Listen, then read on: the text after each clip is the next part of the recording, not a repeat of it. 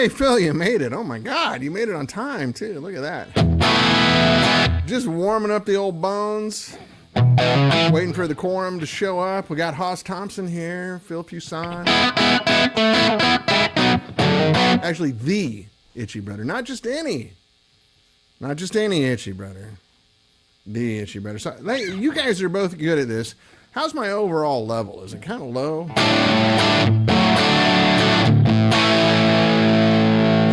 I can boost a little more here.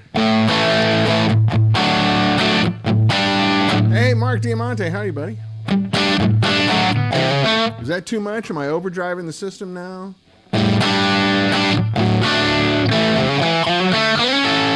I got a new interface, so I'm kind of getting used to it.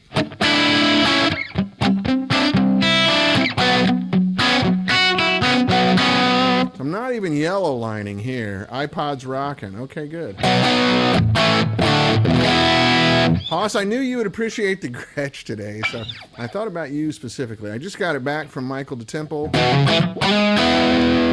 Hey, Scotty Bratcher. Man, we got some guitar players here today. This is great.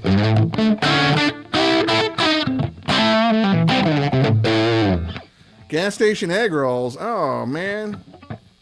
I hope you're close to a bathroom for the rest of the day. The guitar is loud. Okay. Hang on a second. I can fix that.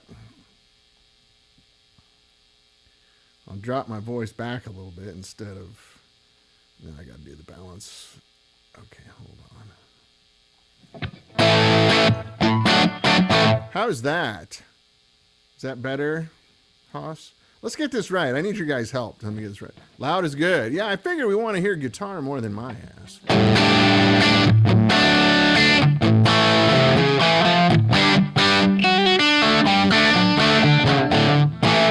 My hands are so cold. A little better. More? Do you think I need to do more, Hoss? I do have a little bit of compression on my voice. Soft compression. Because I noticed on sometimes when I would hit certain things, more definition to my ears. Okay. I didn't lower the guitar. I just dropped my voice. Or raised my voice, excuse me.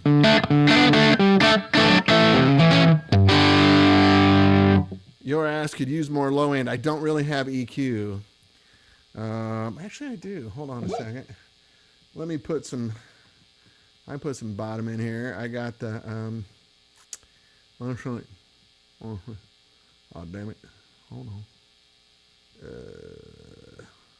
I put a little more bottom like that. Let's see, a little more bottom like that. Not a whole lot here I can do. I got a mid peak, a low shelf, a high pass, high shelf. And then I have 120 hertz, 40 hertz, 8K, and yeah, sounds great. Okay, good. All right, thanks for helping me get that, guys. I'm just listening through my earphones, and they're not, I don't know how accurate they are. They just sound really good. Yeah, I hear it, though. My voice needs to come up a little bit, doesn't it? Hold on. Let me do that. Let me do that. Let me do that. Let me do that. And then in order to put it into single mono, I have to redo the balance on both channels. So it comes out right.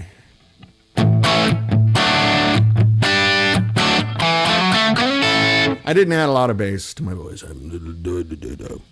If I get close, there's a lot of proximity effect. This is a Mojave MA200, which is a great mic. But I could go get one of those Shure SM7s so I sound like in a world where space travel has gone wrong. I could do that. Just start every sentence with in a world where guitars stay in tune. You know, that kind of thing. There, I can hear more bass now. Is that better? Leave it alone. I got it. Anyway, I'm just trying to move the hands. I got KT77's in here today. The throat singers. Rob Price says, I am tempted to bring one of my Gretches to my gig on Saturday. If it's inside due to the rain forecast, I'd probably bring it. Yeah, big broadcaster. Gretches are fun. They're different. A lot of people aren't familiar with them. It is the sound of the Who, like most Who records. Tune, that's a myth. That's right. Most Who records were done on a 6120 through a Fender Bandmaster, 310 Bandmaster, Tweed Bandmaster. That's the sound, man. You know. Let me go over here to the clean sound.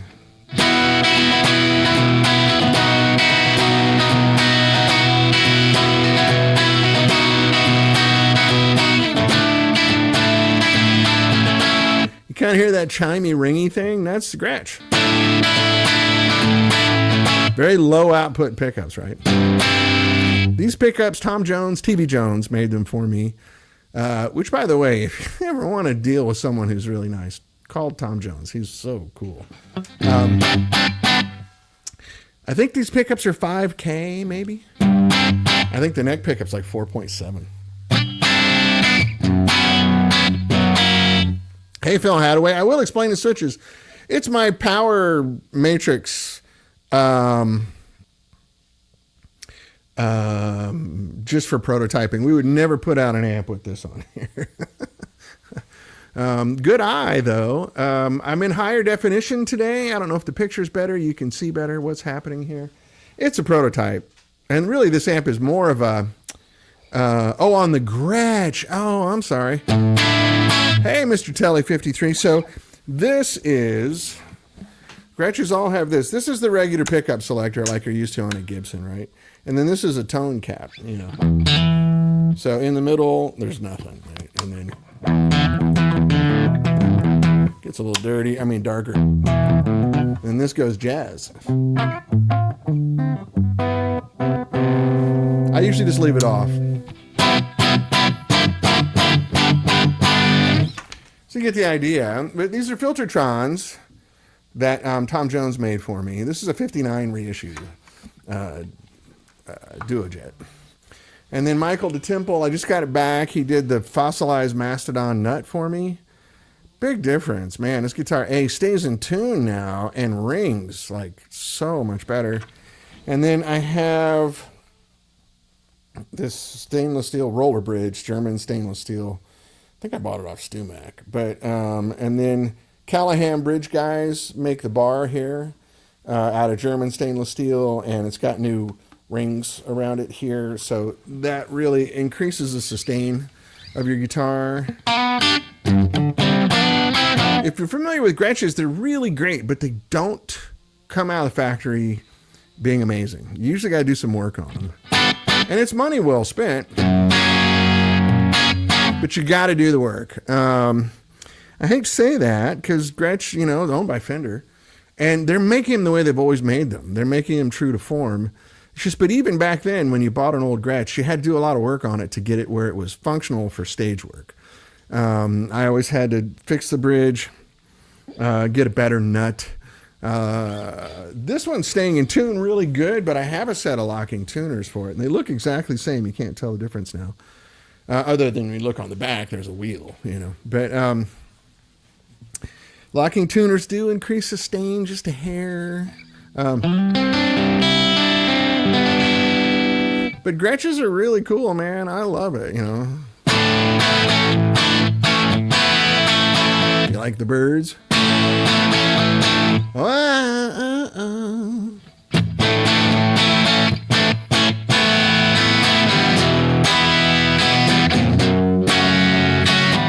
You throw a Rickenbacker over that, you got it. And then, of course, there's the Beatle thing. If I could play correctly.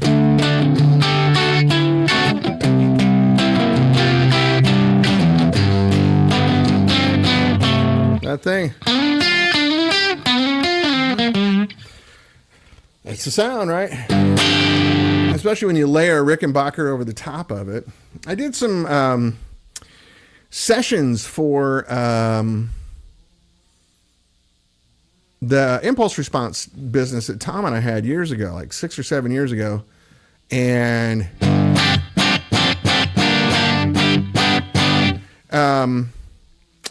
I'll find them for you. I'll bring them. I'll post them on the fans page where I literally Matt Ferguson. If If you guys know Matt Ferguson, really well-known A&R guy here in town. He had George Harrison's Country Gent, like the exact one, like 1965 or whatever it is. And then he had the same Rickenbacker 12-string 360-12 that George had. Perfect guitars in great condition, museum level guitars. And he lent them to me, and Tom and I went over and recorded at Henson Recording. And I got some seriously good Beatle sounds. I'll dig those up and play them for you. You can get an idea, but Gretsch's are great. I mean, to me, that's just a great rhythm sound. You can play any kind of music with that. Haas says the binding hasn't rotted like it has leprosy, so Fender are making some positive moves. Yeah, that's right. Yeah, the Gretsch's back then, I mean, God bless them. I really like them, but, I've had a few old ones, and they're not real solid guitars. They just sound great. And then if you do some mild upgrades to them, and Tom Jones, TV Jones, is one of those guys. He does like Brian Setzer's guitars and stuff. You can turn them into really, really great guitars. All that Neil Young stuff. And if I drop this down, hopefully it stays in tune.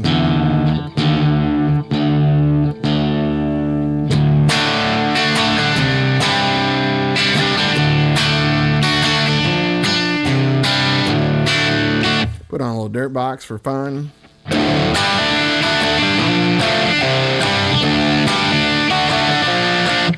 That's only a sound Gretsch's get, right? You can't do that with a Les Paul. That was the Klon and the direct drive. Let me just go to the dirty channel here. I actually brought a foot switch, forgot to plug it in.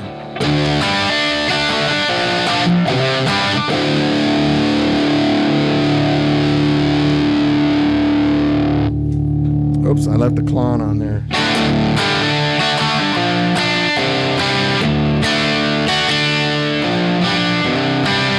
Tin soldiers and Nixon's calling.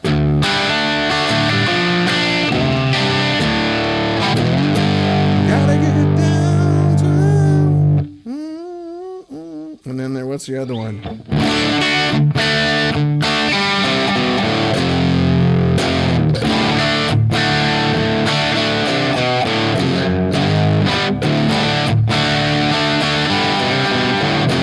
Yeah, Scotty, I'm sorry.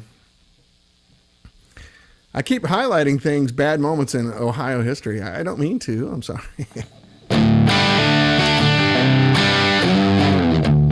No, Hoss, please chime in with the vernacular of the day. Simonin girl. Yeah, that's right. At the risk of using modern youth speak, Gretsch's, clean but dirty, sparkly but ballsy. I don't think that's youth speak. I think that's just well done. Very good. But I love that sound. I mean, to me, that's in my ears. I don't know if it's coming across, but in my ears, that's a good rock and roll sound.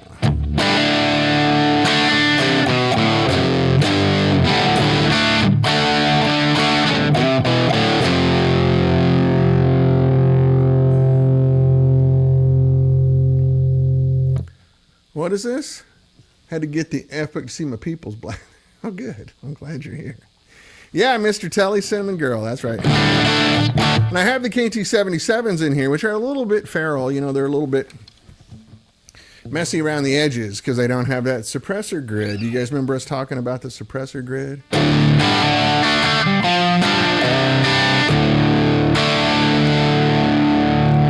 Man, that's good.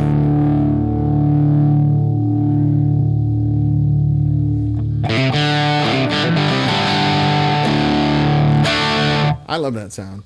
Let me get her back up to tune here. Can you hear how well this rings now, that Mastodon nut, though? Just acoustically.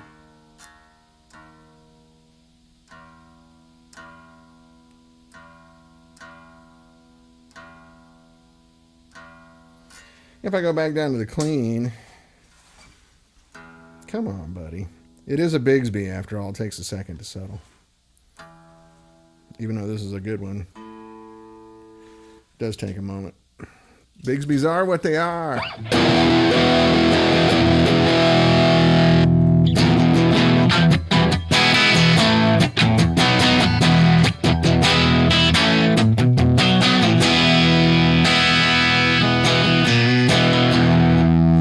You can do the old reach around. It sounds wrong, but that's what it is with the Bigsby.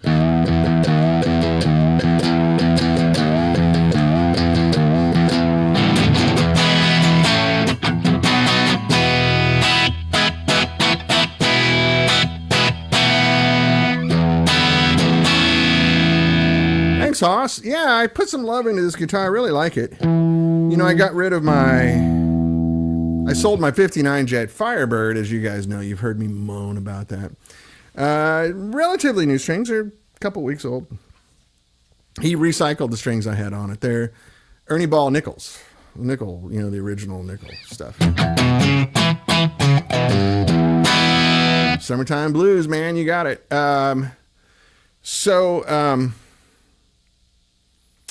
Yeah, I put some. I had sold that 59 Jet Firebird during the recession because I had to, and that's the guitar that got away. That's one of several guitars that got away. Phil Fuson here has my favorite Les Paul I've ever. I did not bias the amp, Mark. I'm just going for it. You can hear it right there. That little splatter in there. That's a bias. It's not quite right. It's close. It's close enough for rock and roll. Did you hear that splatter? Yeah, put the guitar in frame so you can see it for a second. It's a nice one. I really like it. Mike Leaptrop, good to see you, buddy. So just to go over it, so these pickups, Tom Jones made these for me. Michael DeTemple re-landscaped the whole neck. His fretwork is insane. He put a fossilized mastodon nut on it.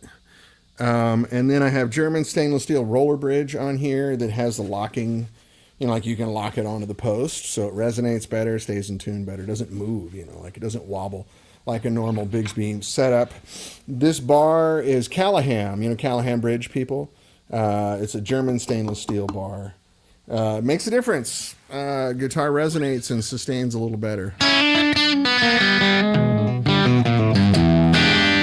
But really all it does is make a new guitar sound like a good old guitar.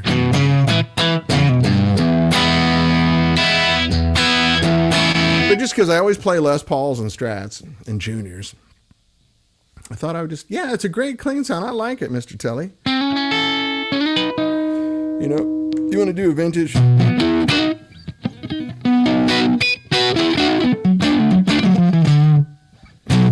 little, you know, 50s blues rock sound, you can do it real easy.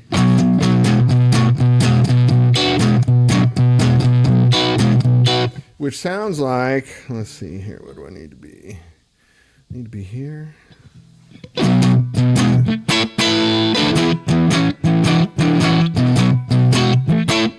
I should like it better.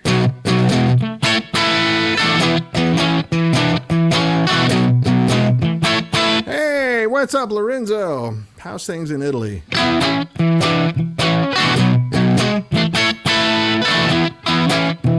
Hoss, you're right. It makes a huge difference, doesn't it? Doesn't it? Not easy for me to say. Hoss Thompson, well, let me just put it up. Says, I have the Callahan and my Les Paul, as well as a nut. A huge difference, yeah. Because really a guitar is what's the most important things besides your pickups, which I think are secondary to how well it's set up. Like if your bridge isn't good and your nut isn't good, it doesn't matter. The pickups only do what they're told. So you have to make sure you're telling them, yeah, Randy Bachman, a little bit. If I go even dirtier.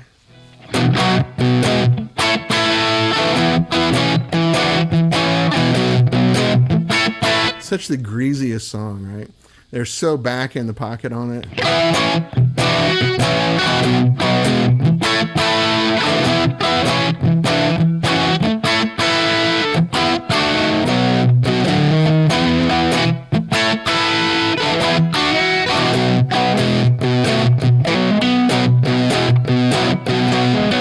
You got to be so back in the beat, you know, where it sounds like you're almost slowing down, but you're not, right?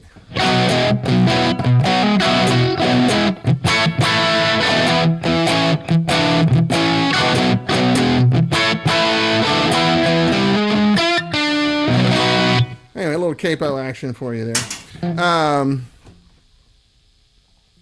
Yeah, so your guitar, things are good in Italy. All right, new Pope, right? He's from Chicago. Yeah, he's. I'm really excited about the new Pope because he has a lot of African American heritage in him. So he's technically a blope, right? He's a blope, and I think the world could use a blope. Trust me, man. I like him a lot. I'm not a practicing Catholic anymore at all, but I still like him. He seems like a cool dude.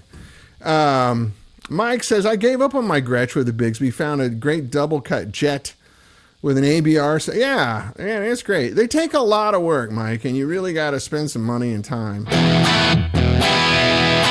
I kind of feel like it's worth it to me because I'm such a Beatles guy. I wanted to have one proper Gretsch. And then I really love, 50s rock and roll. So the Eddie Cochran stuff,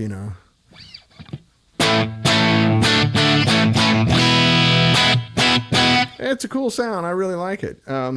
What's the one we used to play now? I'm blanking. It's been so long. Last band I had where we did some 50s covers. It wasn't the one I was just playing. At the risk of being that guy, how come y'all didn't celebrate VE Day? Andy Wilhelmy, hey man, what's up? Father Guido Sarducci was the first to. Now what I'm telling you is, yeah, I love Father Guido. It's true, but he was Italian. I don't know, we celebrate Victory in Europe Day my whole life. Honestly, Hoss, the sad news is I think it's because all the World War II vets are gone, right? You Rock Around the Clock, another good one, but I'm thinking of, there's an Eddie Cochran song. Oh, I'm just blanking on it. She's so fine looking, man. She's something else.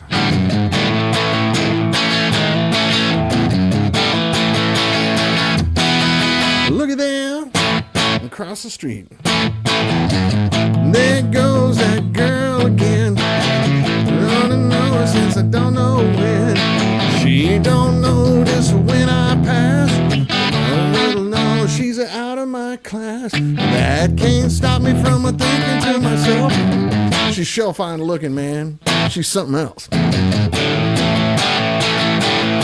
I love that shit. That's so much fun. When you play, I got goosebumps just playing that song right now. What's the other one? Oh, crap. Oh, yeah, 20 Flight Rock. One of my all-time favorite songs. Do you guys know 20 Flight Rock? All right, we're going to go deep in the 50s here for just a minute. So in the 50s, you couldn't say anything sexual, right? So the whole game was how to do innuendo that hip people would understand, but the adults wouldn't, right? So the guy, 20 Flight Rock, he goes, I got a girl with a record machine. And when it comes to dancing, she's the queen. But she lives on the 20th floor and the elevator's broken. So I got to walk up the stairs. And when I get there, I'm too tired to rock. It's all about sex, right? But it's such great, But 20 Flight Rock is, shit. We dig deep into the archives here.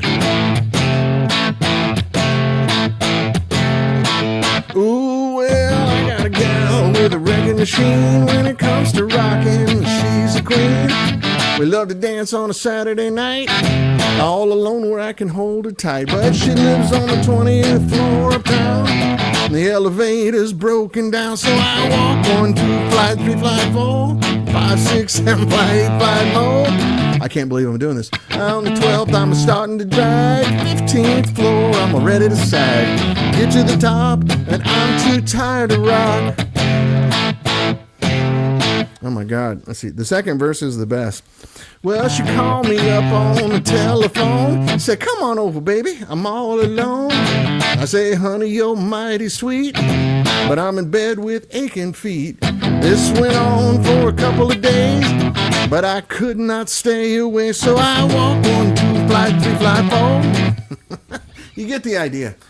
I love that shit. And you can only do it on a Gretsch. It doesn't work if you play it on a Strat. Are Dynasonic pickups as good as the Filtertrons? Yeah, they're just different. They're a little more twangy. I like Dynasonics a lot.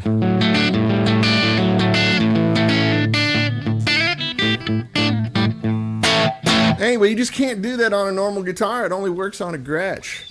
Here I am playing Eddie Cochran songs that I haven't played in decades. 20 Flight Rock is, that's up there with all my, like your short list of all-time favorite rock and roll songs. 20 Flight Rock's one of them. That's just an amazing song. Stuff like, God, I have a short list of songs I played when I was a kid,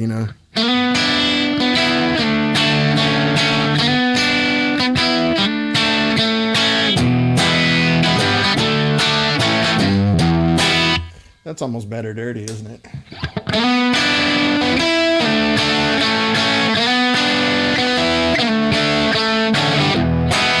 Well, you never listened, told you once and I told you twice. Never listened to my advice.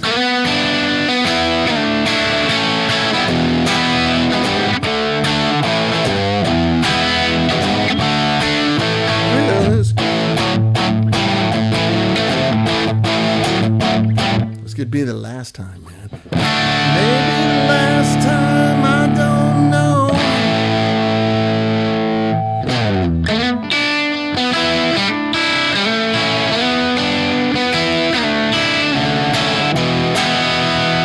Works really well on a Gretsch. The Stones had Gretches too. Brian Jones played Gretches, along with other stuff. Anyway, Gretsch is an old-time rock and roll guitar. I love it.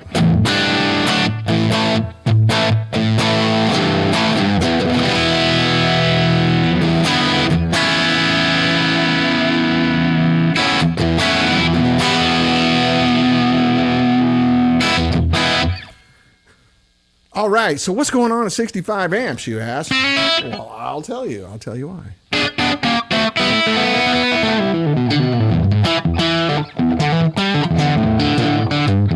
I'm just digging this guitar. I'm sorry. What's more, that's it. It's a 59 Duojet reissue. I think it was price. I mentioned earlier the Japanese ones are great. This is Japanese. This is the Japanese one. It's great. I love it. I wish it had a lacquer finish on it instead of a poly, but I don't care. Guitar rocks. But you can hear the pickups are really low output. Yeah, Lorenzo, that's it. Yeah, if you want Malcolm Young tone, AC/DC rhythms, I didn't even think about that, but yeah, that's right.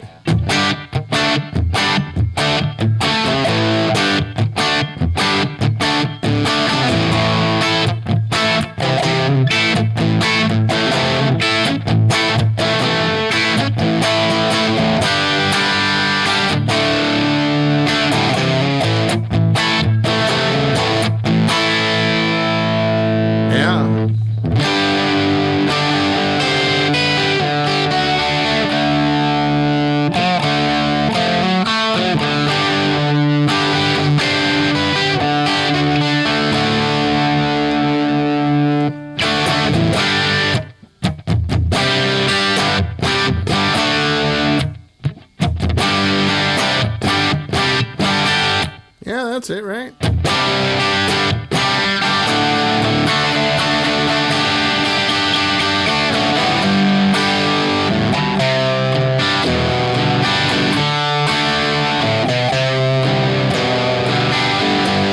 There's an articulation down there with these pickups because they're so low output, but also the way they're wound.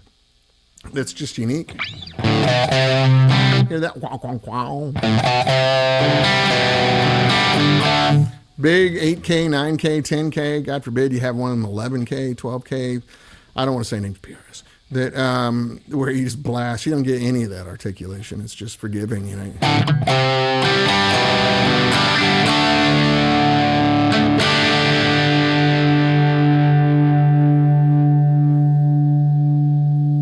Yeah. Malcolm Young, y'all. I'm loving the joy in getting rocking the Gretsch. You know what I'm going through, Hoss, and you can probably relate to this, is, man, I so miss playing in a rock and roll band. And you know, I guess just because where I grew up in Missouri or something, I'm 10 years behind or something. But, you know, I like to play rock and roll, like real rock and roll. Not just rock music, but rock and roll. And, man, I just can't find anyone here in L.A. that gives a damn about that. It blows my mind. You know, some guys I go jam with once in a while, but they're in their 70s. And they can do it, you know, but it's not the same energy, you know. So I'm going through that really bad right now. You know, like, I was, what key is it? And 9 years old, sweet as she can be. She's a sweet little rock and roller. Daddy, I can't sing this song unless I yell it, so it's kind of going to sound constipated, but I can scream that song, you know, stuff like that. Daddy don't have to hold her.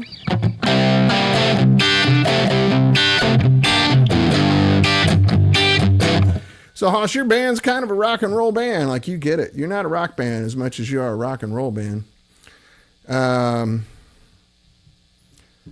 Man, I miss playing rock and roll. Like, just being in a band and having fun. It's killing me right now. I don't know why. Last night I was getting sort of wistful and, you know, reminiscent.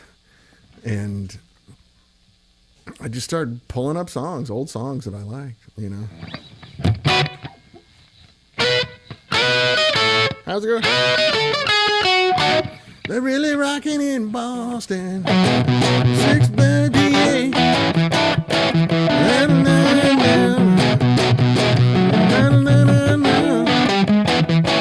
All over St. Louis. Way down in New Orleans. All the cats wanna dance with sweet little 16. Sweet little 16.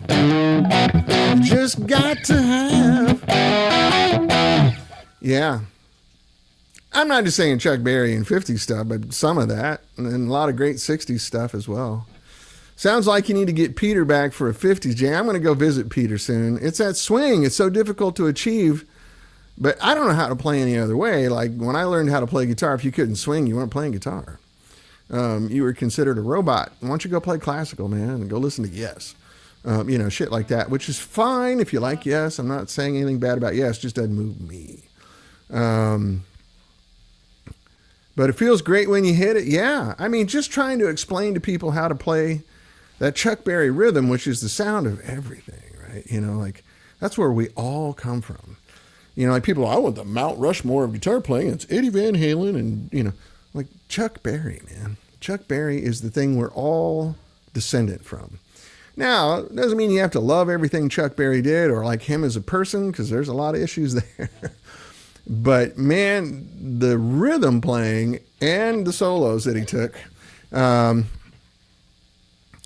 what we're all descendant from. That is our family tree, right? Scotty Bratcher says, come to Ohio where the CPA suck and the National Guard. That's not what I'm trying to say, Scotty. Dang it. I'm sorry. I did not want to give you that. I love Ohio, man. I have family. My grandmother's family immigrated to Ohio from Germany.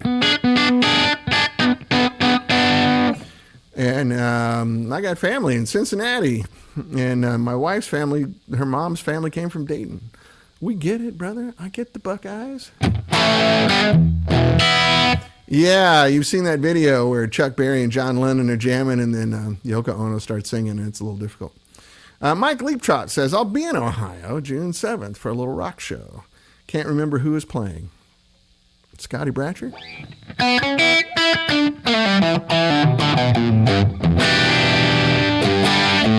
So, Hoss, have you noticed Rob Taylor looking good and sounding loud, mate? Thanks, buddy. I appreciate that.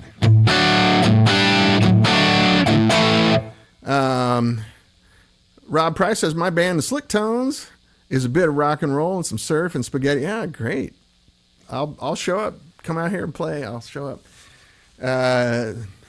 Yeah, Chuck's expression is priceless. He was stunned, right?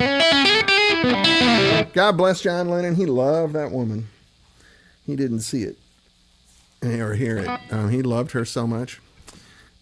which is fine. Like, you got to respect that.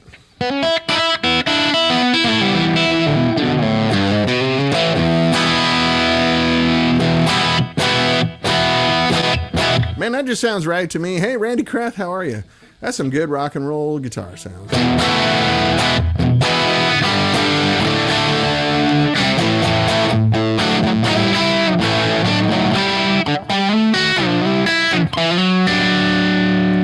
So articulate. String separation, all that stuff. Is that the right key? I was trying to think of that then. I used to sing Sweet Little Rock and Roller. They had to change the lyrics like when Rod Stewart did it. Instead of it being 9 years old, he sung 19 years old, as sweet as she can be. All dressed up like a downtown Christmas tree. I can't sing quiet, I'm sorry. Singing and dancing a rock and roll melody. She's the daughter of a well-respected man. Yeah. Taught her how to judge and understand. I cannot sing quiet, I apologize. Sounds like crap at this volume. Hey, there's one of my daughters. Hi. That's my baby girl.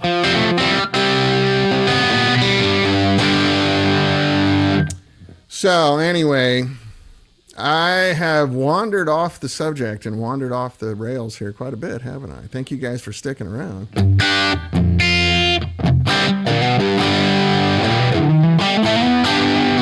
Yeah, I'm just having sort of a rock and roll withdrawal, you know.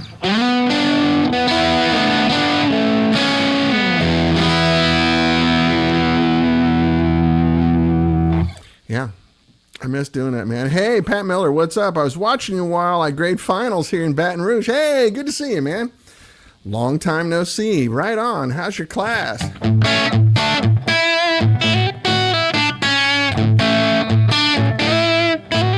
Oh, Hoss, you're taunting me, aren't you?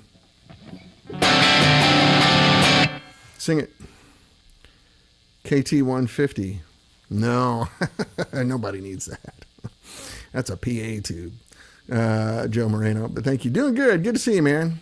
Just let me hear some of the rock and roll music. In your way you choose it. It's got a backbeat, you can't lose it. I'm literally singing through my nose so I don't yell. Is Peter in Atlanta or Nashville? He's in Atlanta. It's gotta be rock and roll music.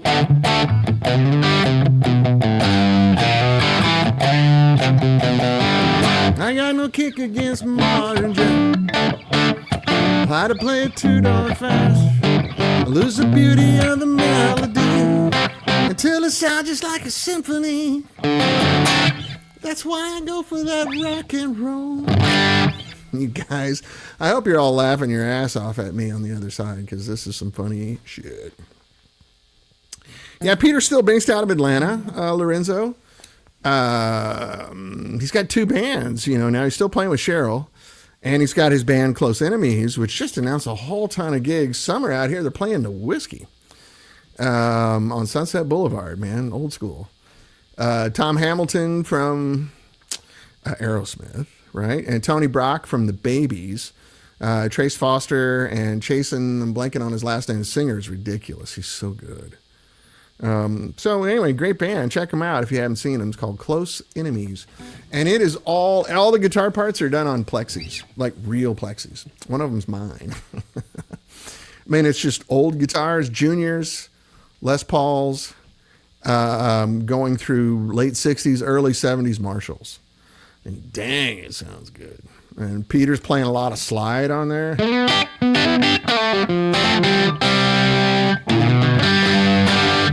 And it's some serious old school rock and roll. You know, these guys are all getting up there a little bit. So they want to get it out of their system. Hoss Thompson says, I love that song ever since I was a kid. Yeah, Biopic Backbeat. Yeah. I went and saw the play here at the Amundsen Theater, Backbeat, you know, the traveling Broadway cast of it. They were great. Those guys were so good. And they played the songs live like they were a little rock and roll band. As close as you're ever going to get to like being in the Cavern Club with the original Beatles, right? But that Backbeat movie was great. I thought it was really fun. Showed how wild they were when Pete Best was their drummers before Ringo, who's a groove monster, you know. But Pete Best was sort of, you know, like hyper slammer. Different feel than Ringo completely. Right?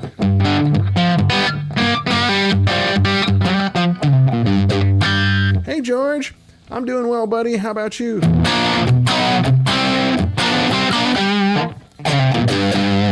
So anyway, yeah, I'm just playing with the Gretsch, which is really fun. And it's barely out of tune at all, man. This thing's crazy.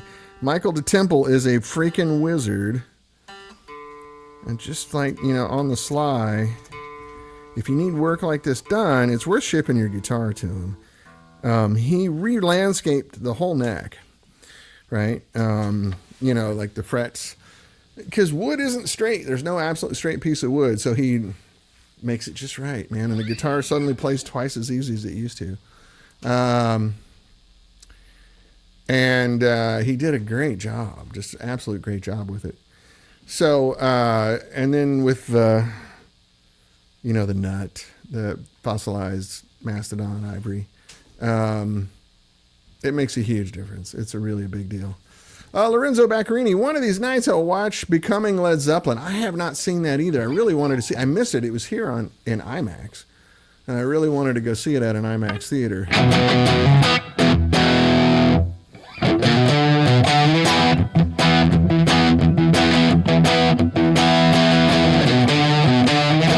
Had to do it. Sorry.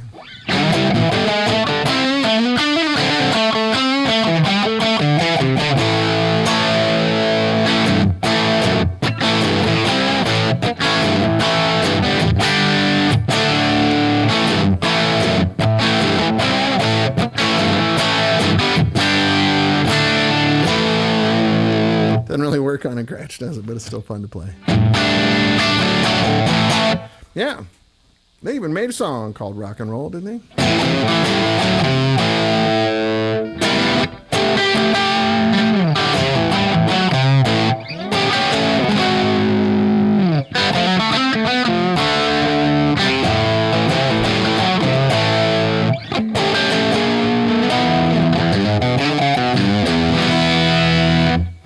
Just kind of slowing it down. Anyway, you guys get the idea. So anyway, it's quarter till. I do need to kind of quit around 1 o'clock. Then I'm going to get this mop cut. What questions, what thoughts do you have? What would you like to discuss? Anything other than politics, I am ready to go. But anyway, so I think I told you last week, we got our first commitment for money. I'm out shopping around for a shop. If anybody is here in the East Valley, know of a space, you usually got to find a space privately. The ones that are publicly listed are not that great. You know, I need an industrial space, 2,000 square feet. East Valley, so, you know, Burbank, Toluca Lake, North Hollywood, Glendale, you know, that sort of area. Even over into Atwater Village, you know, would be fine. The cowlick is sponsored by my headphones. Here. I love how people love my hair. It's so cool. Look at that. It's just a whole shitload of hair. Yeah, that's a headphone created thing there. It does look kind of weird, doesn't it? Yeah, now that you brought it up, now I'm self-conscious. Hoss, what the hell, dude? Yeah, I'm going to get a haircut today, so I'm letting it grow out, but it needs, you know, kind of the trim thing so it doesn't look like this. Looks just like a crapola.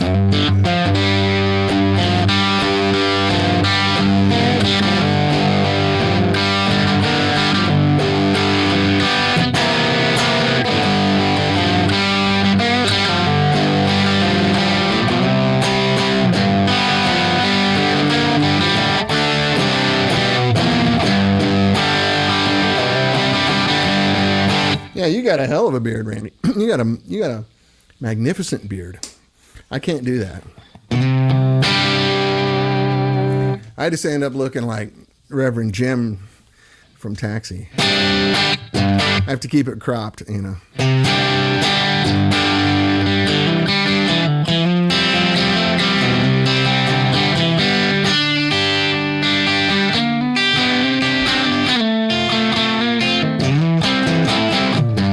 To me, that sounds a lot like the Byrds. Grow it while you still got it. Yeah, you know, I spent since 2016. I was kind of a corporate guy, right? I was a consultant at Line 6 and then worked at Roland, and I was doing some fly-by-night stuff. Yeah, Stephen Stills, exactly. That thing, I was playing it earlier, the Byrds, right?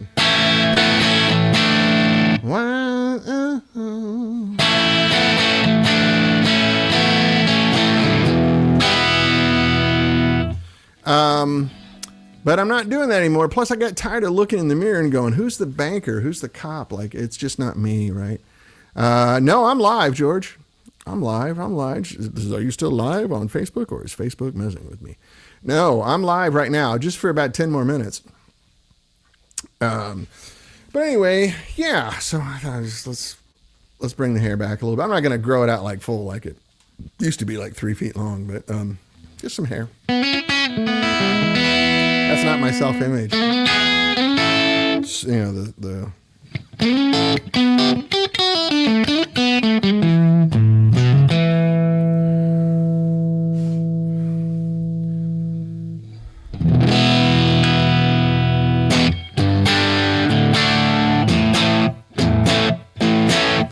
I love this guitar, man. I don't know. If I was playing in a rock and roll band, I could play it every day. Who wants to start a rock and roll band?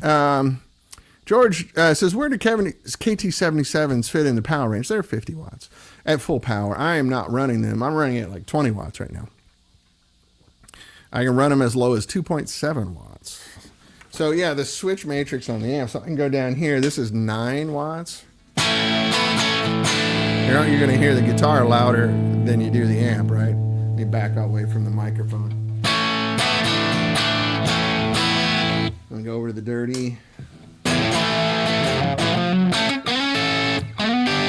That's 9 watts.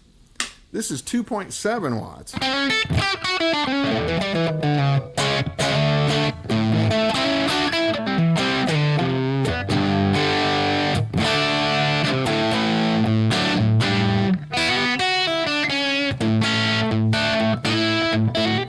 Still got its clean sound, right?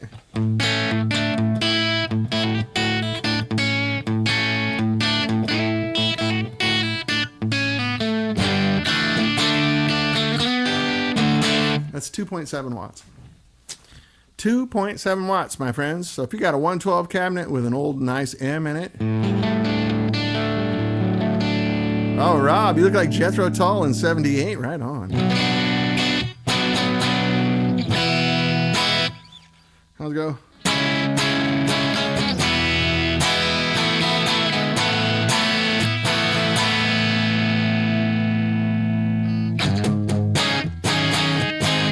So I go back up here to 9 watts.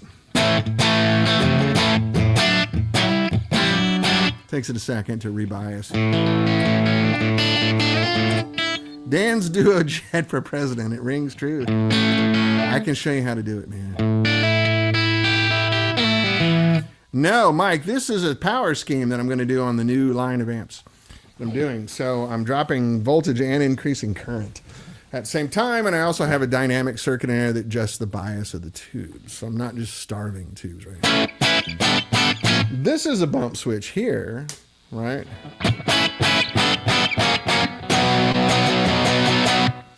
I'm going to go back up to 20 whole watts. Oh my God, it's a pair of KT77's.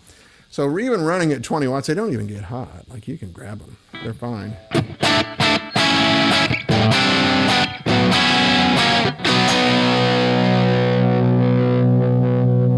But ever since I was a kid, that was sort of the chord progression to get me going, right? To see if I'm playing the right thing. Jay Frisbee, hey buddy. I says, I love the Player's Edition. I thought I'd like the TOM, but I find I prefer the old school Rockin' Bridges, yeah. It's all a lot of subjective stuff, you know, like we all play differently. No, at full power, KT77's are about 50 watts. You're thinking of KT88's, which will do about 70, 75 watts if you really push them. Modern tubes can't take those voltages, though. So, as far as I know, unless you're Scotty Bratcher, who's here on the show, you cannot play that loud anywhere. The Changeling, yeah, that's right.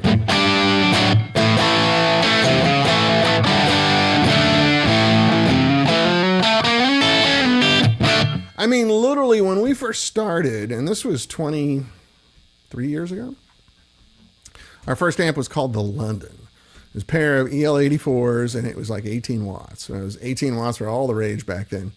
KT76's are good in certain circuits, not in others, George. I like them. I'm not in love with them, though.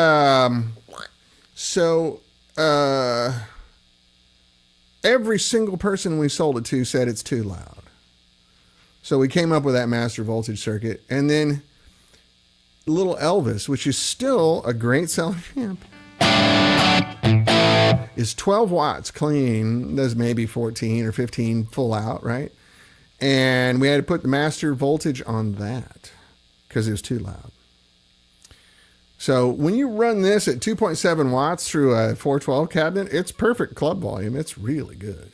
It feels the same. So since the transformer we have in here is delivering what the tube really wants to see, the feel isn't changing. When I cut it down, normally when you go down to... Yeah, I bet, Scotty. Randy Kreth says, my Elvis rules. Rob Price says, love my Little Elvis. I'm telling you, I could start a whole new business just called Little Elvis. But I think I'm going to redo Elvis.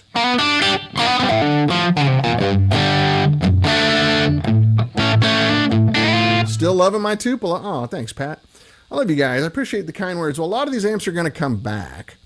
I'm not going to reintroduce the full line of 65. So our first phase is we're going to reintroduce some of the old amps. A little bit of improvements, nothing crazy. Still handmade here. Bob Sacco. Hey, I sound like Dire Straits. What a compliment. Thank you, sir. Still made here in LA with the Elvira.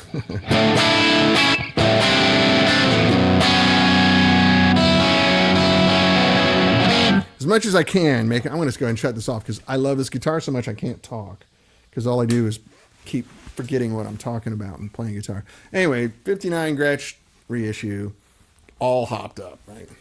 Let's show you the back of it. It's Japanese, right? It's a really good guitar though.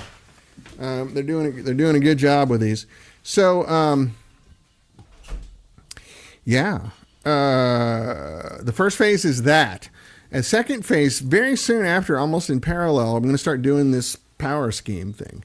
And we're going to bring back some amps that have been out of production only because the tubes were crap. They couldn't take voltage, right? So Stone Pony, Keith Urban is sending me back a couple of Royal Alberts that I'm going to convert and probably upgrade that circuit, add some stuff to it. And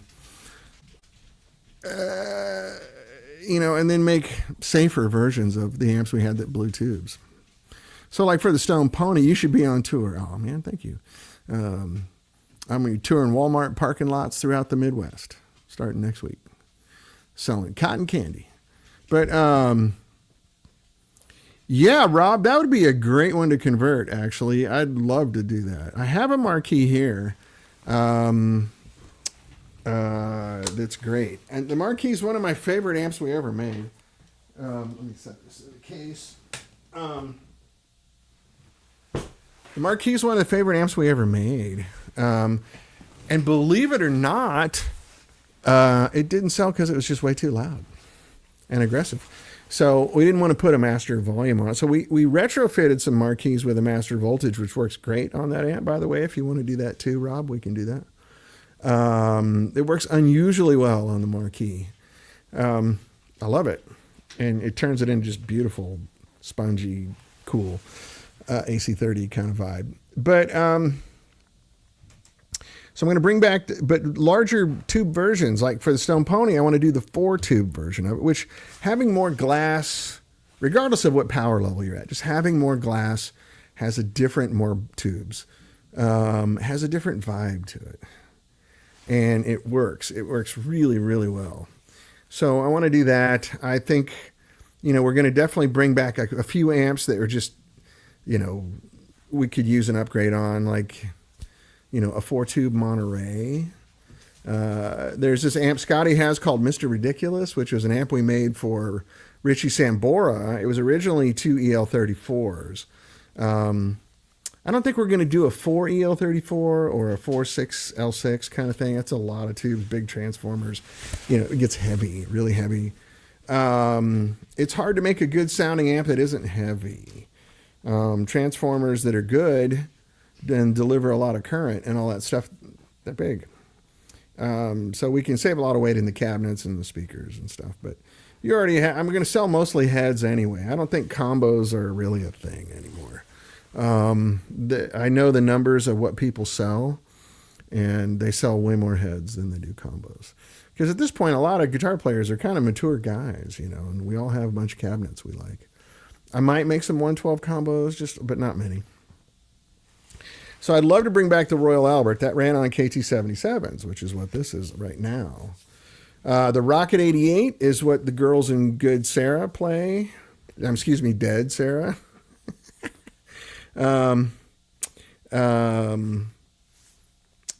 That's viable as well. It sounded great in this amp. You guys heard it a few weeks ago. We had 88s in here. It was good. Like really good.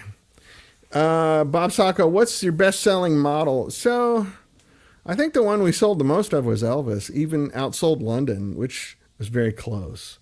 Like London was really close in there.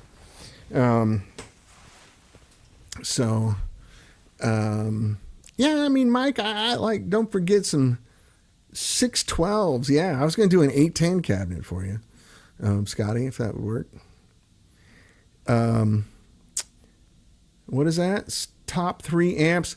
Well, London is always big. Believe it or not, Soho sold really well and for a long time. And Elvis, I think after that we get into Haas, that's right, Soho. We get into Tupelo, did really well. Ventura did really great because it was more affordable. But the company that made those transformers for us went out of business. They were in Chicago. They were called Magnetic Components. I think they were a victim of COVID.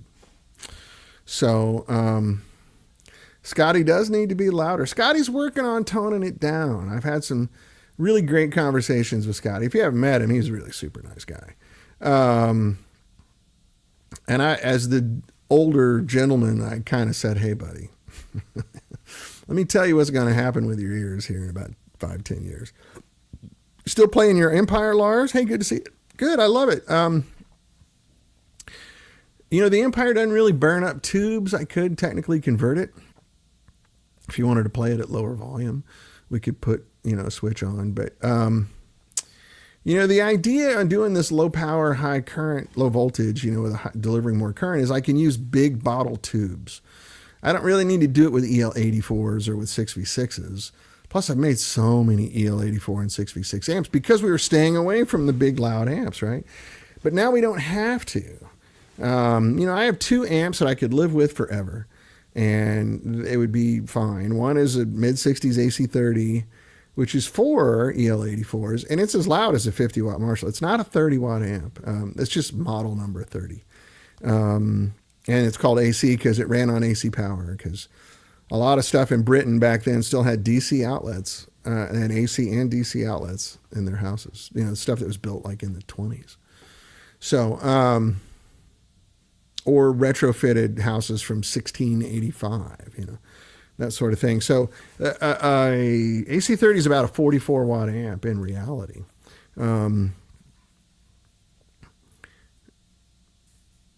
Yeah, I have seen that amp. Yeah, I've seen it. Yeah, it sounds really cool. KT150 is not something I would delve into for many reasons. God bless this guy. I saw the video, Bob. The amp sounds great. I really like. He seems like a really nice guy, and knows what he's doing. I'm just worried those tubes won't. If I'll say I get 500 orders, can I get 1,000 of those tubes? that are all the same and reliable. And, you know, it's a different, if you're doing a small boutique thing, like out of your house, that's great. But I saw the video. He looks really cool. He looks really cool. And the amp sounds great. So, yeah, and it's French, right? So it looks nice. It looks really nice. So anyway, I want to get back to using some big bottle tubes, and I can use them safely and at volumes that don't kill you, don't rip your eyebrows off, don't offend anybody. You know, a pair of KT77's at 2.7 watts. Look, I have a 112 cabinet over here with a 70s Celestion M, you know, that has the bass cone, 55 hertz cone, courtesy of my brother Peter Stroud. Peter has a Celestion problem.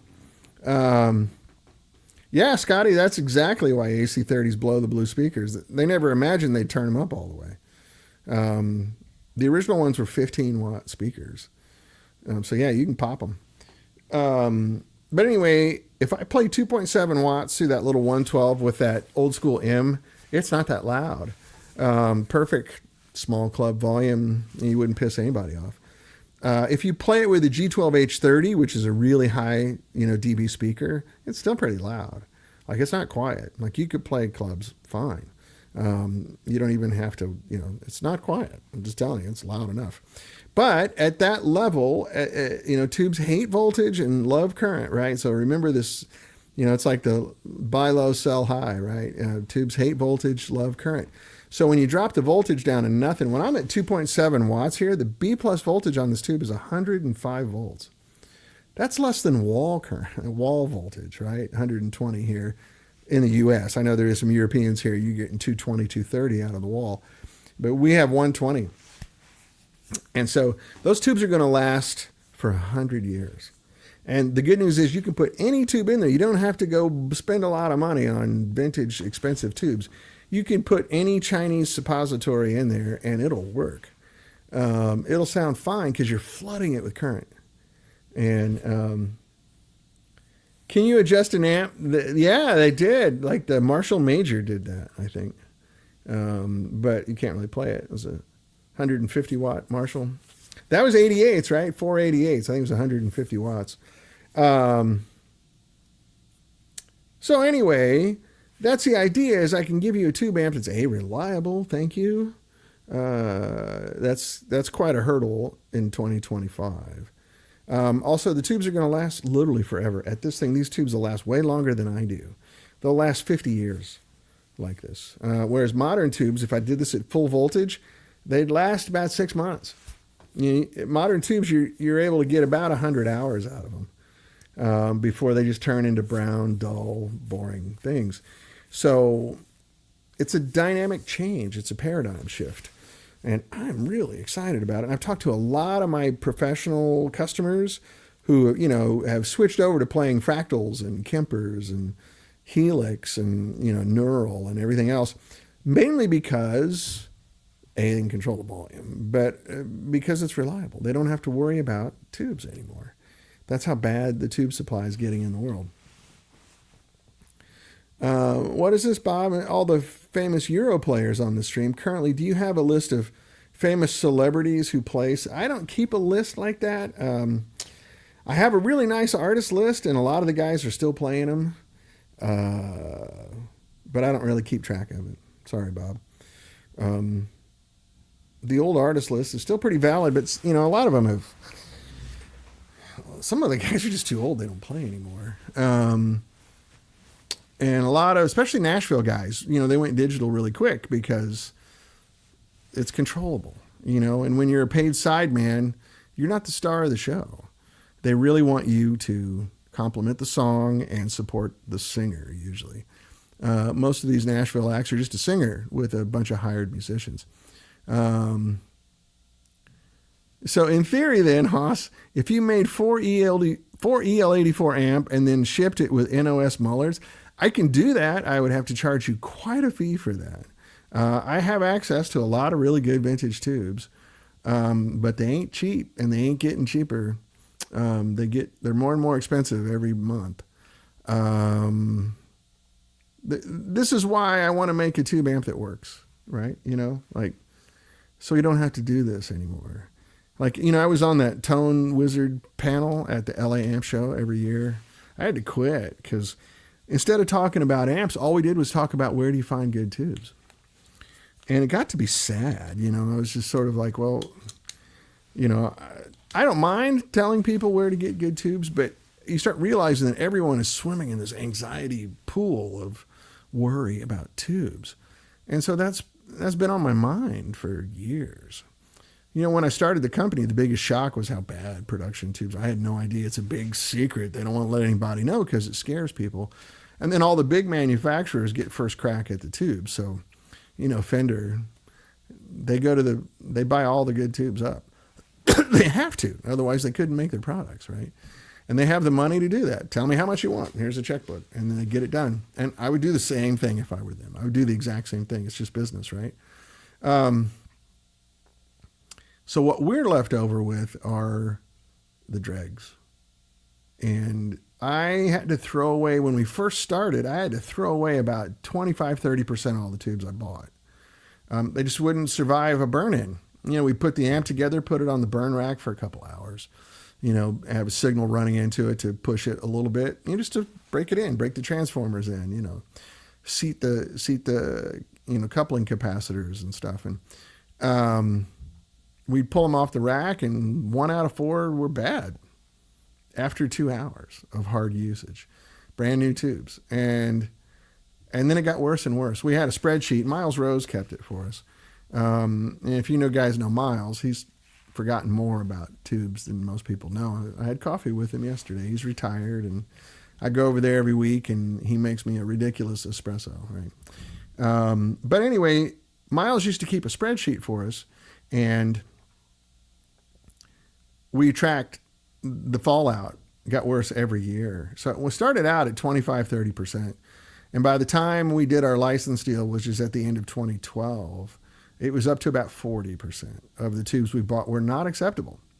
Now, with this new power scheme we're doing, this is just power tubes. Preamp tubes are okay. They're not great like they used to be, but they're good.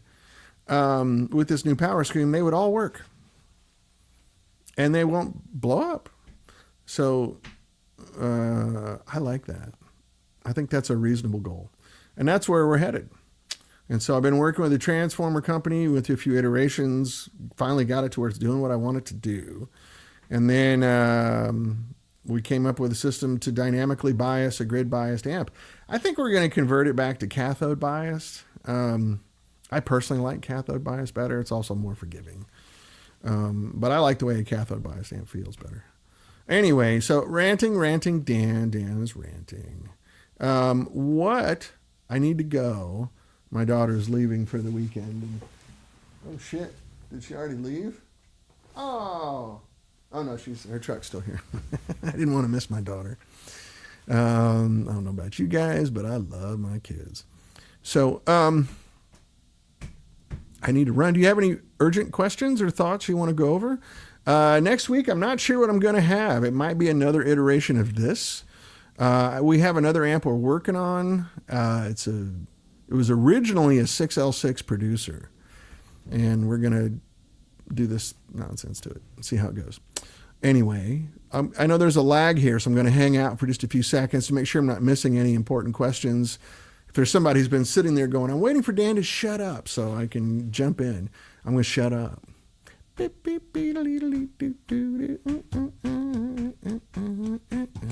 You too, Hoss.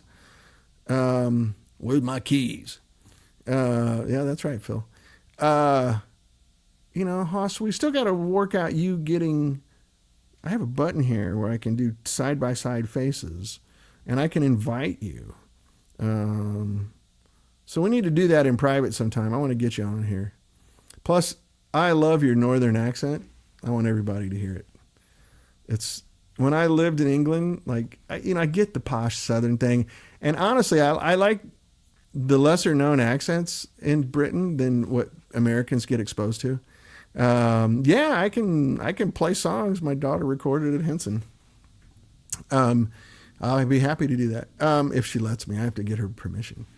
But it's me playing guitar and Peter Stroud, and we did it in Brendan O'Brien's room. So anyway, Haas, what I was saying is, like when I moved to London, I had the only East Cockney I had ever heard was Michael Caine, right? And there's like 4 or 5 Cockneys, right? There's very different ones. I'm Michael Caine. And but I worked in East London. I drove a catering truck out of East London, and I love those guys so much. They were so great. And, all I'd ever heard was like Monty Python making fun of them. Not just good as a wink to a blind bat, eh? That kind of stuff, which isn't very accurate, especially my version of it. But then as I went up into the country, and I heard people from Birmingham and, all these places. And then I got to the north and just great accents. And then when your bandmate, came here with Sadie, why am I blanking on his name? Who's your bandmate? Got married, wife's name's Sadie. Why am I blanking on his name? Anyway, they came here, and their lovely accent and the slang and everything was so great. And then when I got up into Scotland and further, I love it up there. I love it up there. So I want people should. Jax, thank you. Goodness gracious, I'm getting stupid.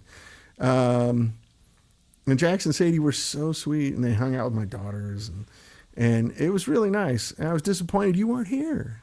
What the fuck?